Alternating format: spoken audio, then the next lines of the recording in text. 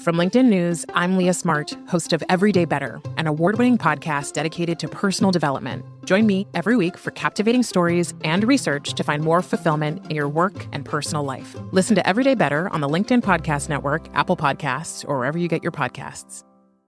Break language barriers instantly by translating up to 44 languages in real time with the HP AI PC, powered by the Intel Core Ultra processor. With the right tools, work doesn't have to feel like work. Learn more at hp.com/AI PC. Hey, I'm Kwame Christian, and you are about to step into the world of Negotiate Anything, the #1 negotiation podcast in the world, where we teach you how to make difficult conversations easier while getting more of what you want in the process. Each episode is packed with practical tips and strategies from the experts. We delve into negotiation, conflict resolution, and leadership skills that are crucial in both business and in life. Whether you're closing a deal, managing a team, or navigating personal relationships, Negotiate Anything provides you with the tools you need to succeed. Our conversations are real, relatable, and most importantly, rooted in practicality. So if you're ready to transform your conversations and elevate your negotiation skills, join me on Negotiate Anything. Subscribe and listen on Apple Podcasts, Spotify, or wherever you love to listen. Let's make every conversation a winning negotiation. Jason, thanks for joining us today. Hey, thanks for having me. Good to be here. Yeah, man, it's my pleasure. So how about you get us started by telling us a little bit about yourself and what you do? Sure. All right, Kwame. So my name's Jason Harris. I'm the co-founder and CEO of an advertising agency. Our name's Mechanism. We're about 200 people, 4 offices. We work on big brands like Ben & Jerry's, Peloton, Charles Schwab, Jose Cuervo, et cetera, et cetera. We got about 25 brands. We do business to consumer advertising in every facet that takes. We do a lot of hardcore brand strategy and creative work. And really, I've been doing advertising my whole entire career.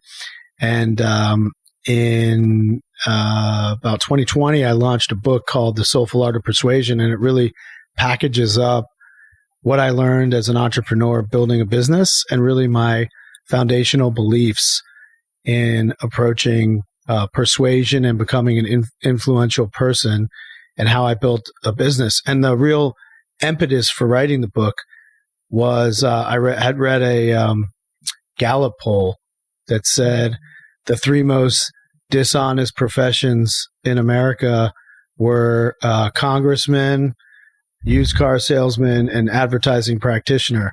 And I thought, well, my industry has a really bad rap for being dishonest. And, to talk about negotiating and persuading customers to buy things with a lack of transparency and honesty. And I never built my business or the brands that I work on with that in mind. I've always done it in a very transparent, honest way. And so I kind of was like, okay, well, that's not how I feel the industry is. I feel like it's the backbone of capitalism, and it's really brands matter. Consumers love and support brands, and the brands that they love matter to them and say something about them. And so I wrote this book that's really about brand building and your personal brand and its values that I've built the business on. So that was the idea behind it. I love it. And Jason, you know what else I love? What? I love the fact that lawyers weren't on that top 3 list. That's great. Oh man, I tell you what, they were definitely in the top 10. We can't avoid it. Probably like 5 or 6 was lawyers. I guarantee you. That's funny. That is funny. No, man, I love this, and I love the name Soulful Art of Persuasion too, because you're approaching it, and for me as like a potential consumer, I'm thinking about it from the element of, hey, okay, a lot of this stuff can almost seem manipulative sometimes. It can feel a little bit mechanical or just robotic or too tactical. But the fact that you're approaching it with that soulful, that kind of shows that you're approaching it from a different angle, which I appreciate. Yeah, exactly. And really the soulful thing, whether it's your personal brand or your business or whatever you're selling, because everyone is persuading at some level. We're selling all day long, whether you're selling in your personal life, you're selling your spouse to take a trip, right? Or your kids to get to school, or your boss to give you a raise. In your professional and personal life, you're persuading all day long and negotiating, right? And so like those are linked together. And the idea of the soulful idea is that you can be influential and persuasive, but you can do it in an inspirational way. And really, persuasion is based on personal character. And if you have good personal character, you're going to get a lot farther than if you don't. And it might be that you can persuade people or sell or negotiate in the short term. You can get some transactional wins quarter to quarter, right? You can do those. Yeah. But in the long run, if you're not transparent and honest and empathetic and generous as a person and respectful, you are going to, that'll burn out, right? You'll get some easy wins, but that's not going to carry you through, and you're not going to build a really large base and a big network because, you're acting in a very transactional way. Mm-hmm. Yeah, man, that makes sense. And one of the things that you said that I want to focus in on real quick is the term character, because we throw it around, almost flippantly, right? Now, as you're talking about character as it relates to persuasion, what does that mean to you? So personal character to me is really this notion that when you're interacting with people, they're getting the real you, right? They're getting you as an original. They're getting you as the person that you're putting forth. You're being vulnerable with them. It's sort of a makeup of 4 principles that I believe in. And the first is this original of putting yourself out there and showing people who you are. The second is about being generous and sort of cultivating this idea of generosity for other people, whether that's advice or counsel or connection or even giving something away to someone. It can be a thing, it can be advice, but it's really about being generous as part of having a good character. Empathetic is another big one that we're going to dive into. And then this idea of the final one is doing something in your work or in your life that is bigger than yourself, that is making the world a better place, as kumbaya as that sounds. It is really about, that's how you develop an inspirational character, is you're doing something with some of your skills that is above and beyond, something that's for profit or pleasure or what you might benefit from. So those are sort of the basic principles that I found make up a good personal character that people will support you and want to work with you, and you're going to build your business around. So that's sort of the outline of what it means to me. It's going to mean something to someone else. Those are the 4 values that I've cultivated that I've also had to work on in my career. So like, I was not born a generous person or an empathetic person. I was born maybe more myself and comfortable with myself than maybe other people. I did have the sort of idea of trying to give back, but I was not, I would hoard my contacts and when I was building my business, right? I would not, someone asked me for, hey, do you recommend someone for X, Y, and Z? I thought that the way you built a business was to keep all of your contacts like close at hand and not give anything away to anyone. Or if I turned down a piece of business, not give it to a competitor. And I quickly learned that my circle and my network got really small and the opportunities got limited.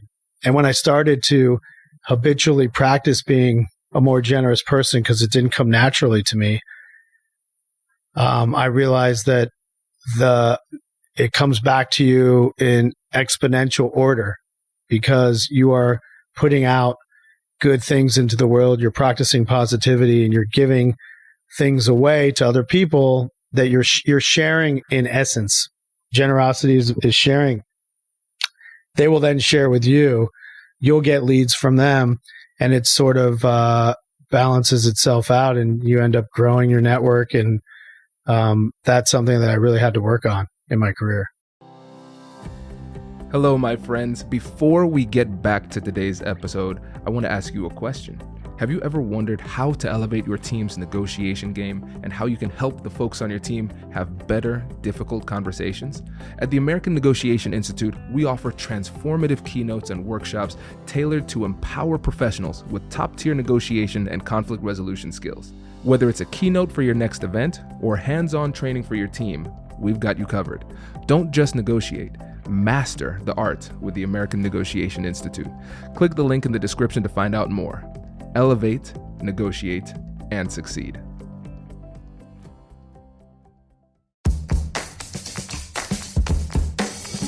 Hey you, I'm Andrew Seaman. Do you want a new job? Or do you want to move forward in your career? Well, you should listen to my weekly show called Get Hired with Andrew Seaman. We talk about it all, and it's waiting for you, yes you, wherever you get your podcasts. Introducing the HP AI PC, your powerful AI assistant.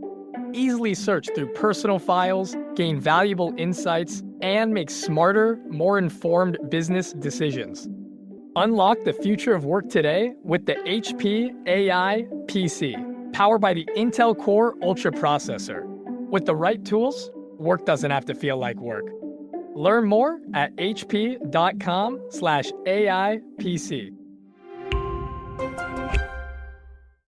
This is very interesting, and I appreciate that your candor here on this story too, because what you're showing is that when it comes to character, there are things that you can do to improve upon it, right? Because it's of course we have a baseline of who we are, right? But then if we recognize, there's some areas where I can improve or need some improvement, through practice, you can make those necessary changes, like you said, when it comes to generosity too. Yeah, that's right, Kwame. You I think there's, it's what I found in my career, but I really had to understand it, identify it, and then practice it to make strives to become better and develop that character, because it definitely was not, I wasn't growing the way I was sort of naturally wound. And so I had to identify it so that I could then change and become a more generous person or a more empathetic person.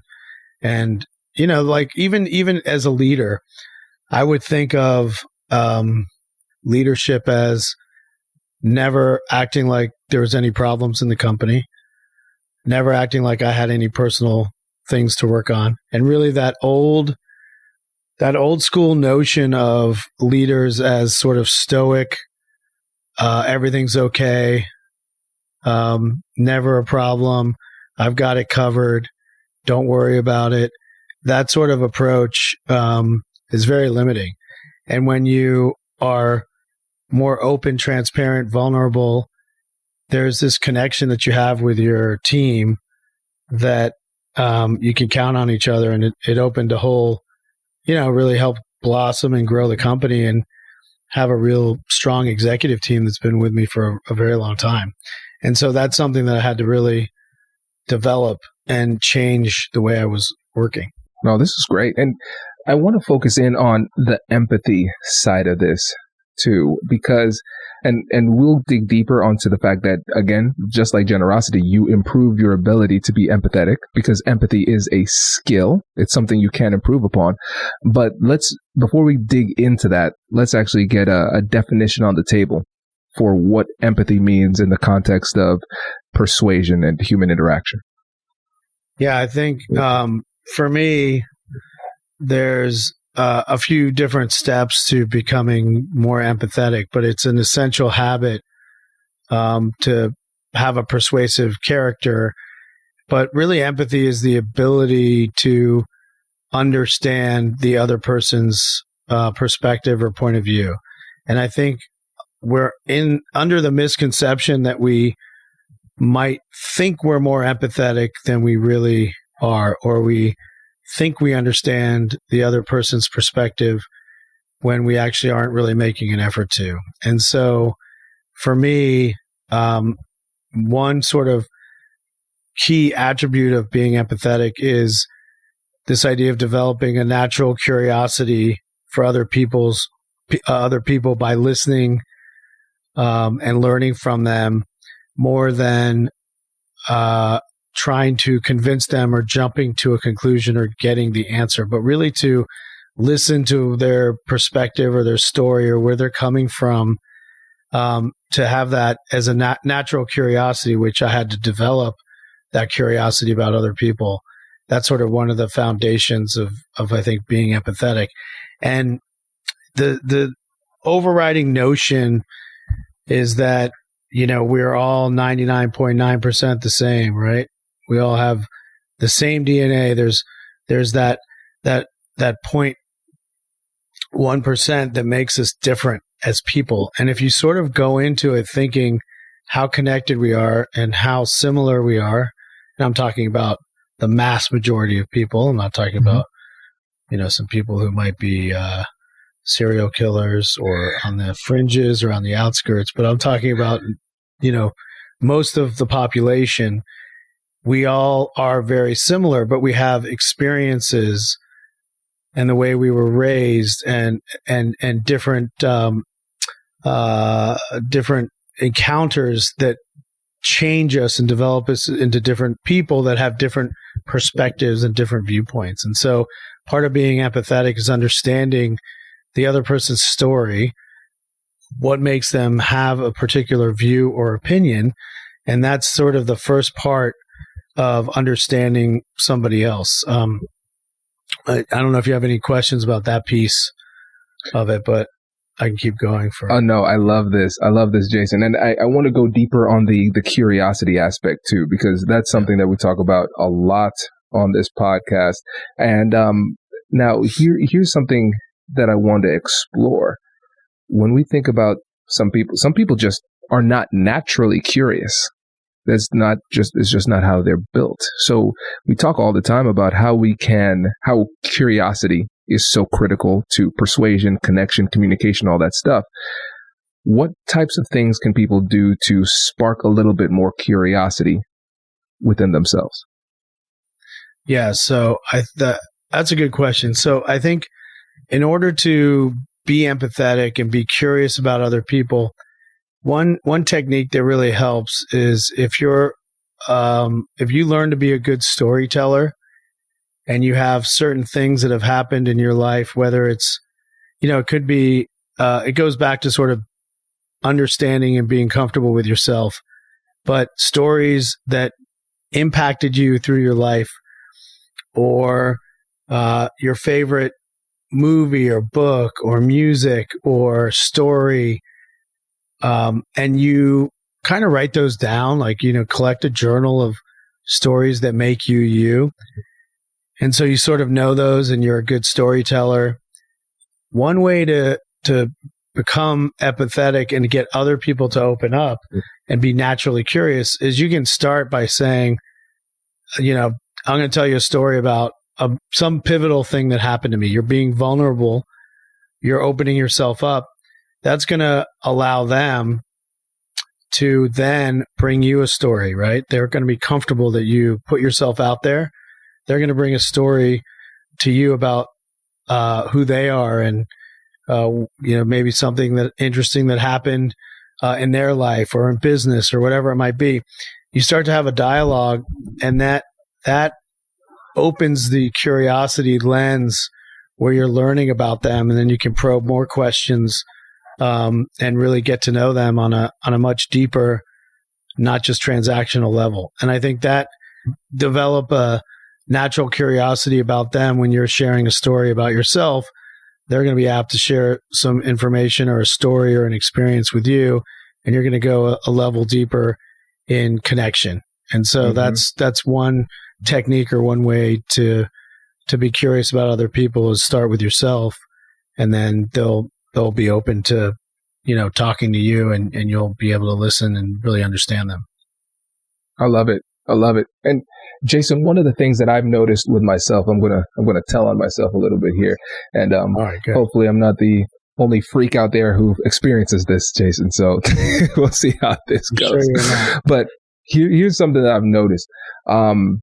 Like I said, curiosity is like the base of my communication style. And so we talk about the compassionate curiosity. Well, you host a podcast for a reason, right? That's right. Exactly. Exactly. Yeah. So the curiosity's there. So here's what I'm realizing is that there are times where my curiosity vanishes. And so in times when I feel more certain about the situation, my curiosity vanishes. If I'm feeling more emotional, my curiosity vanishes. And so there's certain mental states that I get into where the curiosity disappears. And so if there are other listeners out here who are struggling with the same thing, what advice would you give them to maintain that spirit of curiosity, even if they are not feeling it in the moment? Yeah, I think that, right before I came on this podcast, I had, I was dealing with a client thing that I'd prefer I wasn't dealing with, so it kind of put me in like a different headspace. And I think the idea is to really try your best to be present in the moments when you're, meeting with someone or negotiating, pitching, selling, whatever it might be. Try to really put yourself in that present moment and tap back. What I always do is tap back into the core of who I am, what makes me me, so that I can reach out and try to connect and have that curiosity about the other person. And then like after this podcast, I'll go back to dealing with the issue I need to deal with. But for this period of time, that's out of my mind and I'm focused on, where we are now and going back to, who I am at a core is a good sort of grounding place to go back to and kind of take the noise out of, what's happening in your head. And then you can pick that back up when you're working on it by yourself and not, in front of somebody else. So that's one way I do it, is really pause, try to be present, go back to, all right, these are my core values. This is what I believe in, and then sort of reset and go from there.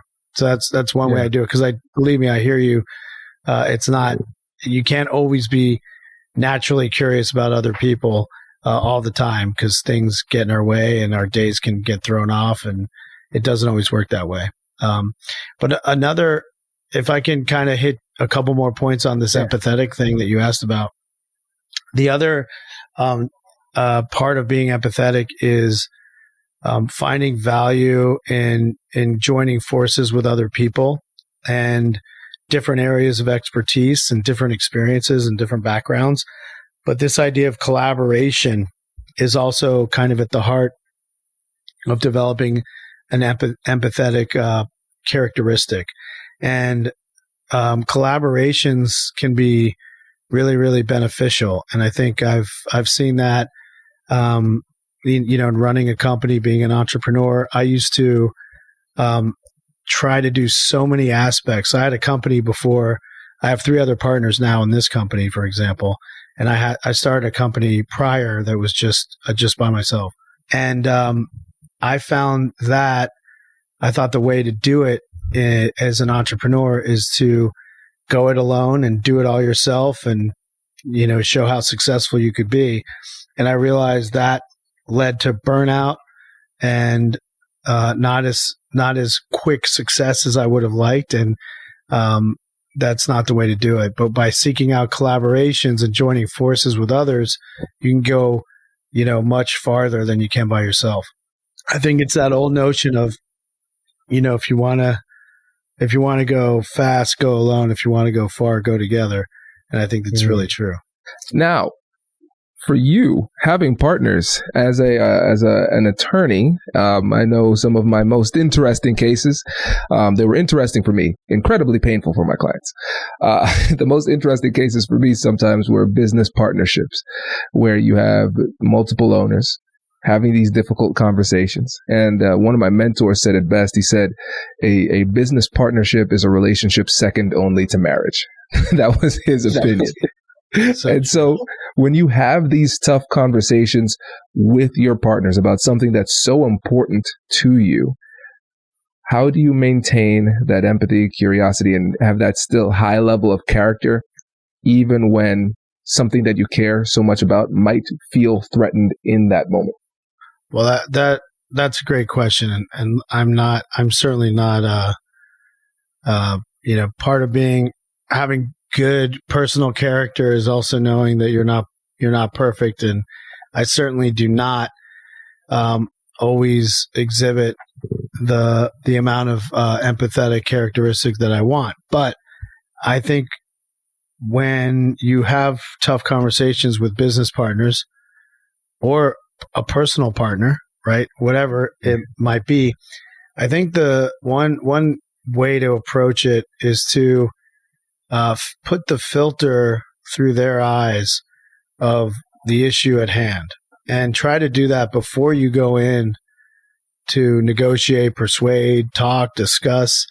Try to really put yourself in their shoes and see the issue through their eyes, and then go in with sort of through your eyes and through their eyes, and sort of start the dialogue or the conversation that way is a much better way than just jamming your point over and over and kind of beating your head against the wall and getting nowhere. You kind of go, I mean, I got divorced about 2 years ago, and we went through mediation, and it was a technique that worked really well. I'm not saying there wasn't like blow up arguments or fights or anything like that, because there certainly were. But I would go into it thinking about, all right, she sees it this way. I see it this way. How do I approach this so that she understands that I see her perspective and her point of view, and then try to get her to see my perspective and my point of view so that we can come to some agreement in the middle or some compromise. And so I think that's one way that I like to deal with the partners that I have in the business, or a client issue or a personal issue, is really trying to understand why they might feel that way and what's leading to that. And if you were them, how would that make you feel? And almost starting the dialogue from that perspective versus your perspective is also a very useful technique. Yeah, I love that. And it's so hard to do, especially under duress, but it's critical and it's incredibly valuable. I mean, have you ever been in that situation where you're, as a lawyer, you're going lawyer to lawyer? Because lawyers aren't necessarily incentivized to be empathetic to the other side, right? You're incentivized to be empathetic to your client, not to the other side, right? So you're sort of the structure of that is almost you're almost doing your client a disservice by seeing the other perspective in a way, right? It depends. And look at me answering like a lawyer. It depends, of course, right? But it depends, because here's what I realized, Jason, is that I have to always remember that even though I'm the legal expert, they're the boss. They're the boss. Yeah. Everything I do I need their blessing to do it. And even though for me, sometimes it feels good to flex on another lawyer, kind of going toe to toe and have this, let's call it an ego measuring contest. I know ultimately that is not what's best for the client, because it's cool for me because I get paid regardless. We bill more hours. I get to fight more. I feel like the big man on campus. That feels great, but it's not helping the client. And so oftentimes when I was practicing, when I was confronted with a lot of emotionality and somebody trying to, to be really aggressive, what I had to do was a bit of, negotiation jujitsu here, kind of diffuse the situation. But what's important, Jason, for me to do when you think about the dynamics of the relationship is that I need to negotiate with my client beforehand to set expectations for how the conversation is going to go. And so I have to tell them, hey, listen, there are going to be times where this person is going to insult us. They're going to be attacking and those type of things. And what we are going to want to do reflexively is fight back, but we have to stay focused on the goal. And as things heat up, let me take control in this moment and I'll diffuse the situation so we can stay productive. And so the thing is, if I were to not have that conversation with the client and not walk them through the strategy and not tell them what they are about to see, they'll say, what? You see what that lawyer's doing? That lawyer's a bulldog. And then my attorney's over here being diplomatic. And so if you don't have that conversation and negotiate the strategy beforehand, then your client's going to feel like you don't have their back. So in order for me to use a good negotiation strategy, I have to negotiate with the client beforehand to make sure that they're on board with the approach. So it's tough and it's tempting to go toe to toe with another lawyer. That's always fun to do, but it's rarely productive. Yeah, it doesn't get the result that you want. And you hope on the other side there's also a lawyer that isn't, there's going to be bulldog lawyers, but that they also understand that what's best for both clients is a resolution, right? And just digging in is not going to get anyone anywhere, right? Like you're not going to move you're not going to go, it's just going to keep your clients paralyzed longer, right? And they're just going to be waiting for some resolution that's going to be harder and harder to come by. But if you can try to keep your cool and negotiate and make your point clear, then hopefully you can get to some kind of common ground, right?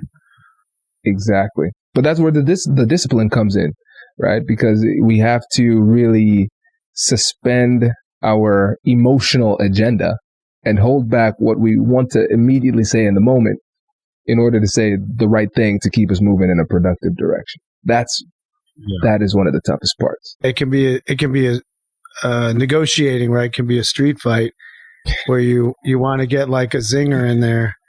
But ultimately, it might feel good in a moment, but it's going to chip away at the outcome that you want. It's not going to get you where you want. As you say this, several conversations are coming up in my mind. Times where I'm like, oh man, I nailed them with that one. Yeah, and then I made everything worse. Felt great in the moment though. Felt great, Jason. Everything fell apart. No, man, this was fun. I appreciate this. And before you go, let the listeners know again about your company, your book, and how they can get in touch with you. Yeah, sure. You can find out more about the book at the soulfulart.com. It's a website. You can buy the book on Amazon, anywhere books are sold. And my company is Mechanism, MEKANISM.com. That's more about the advertising agency. And you can find me at Jason_Harris on Twitter, Instagram, etc. Appreciate it, man. This was great. Congratulations! You've just joined an elite club. By listening to a full episode, you're now officially on the Negotiate Anything team. So welcome aboard. What most team members do is they subscribe to the podcast because that allows them to automatically get the latest episodes of the show. The best things in life lie on the other side of difficult conversations. Keep learning, keep practicing, and keep getting better. Your relationships will improve, your career will soar, and you'll have the confidence you need to get the most out of these crucial conversations. Again, thank you for joining the team. We're excited to have you, and I will see you in the next episode. I'll catch you later.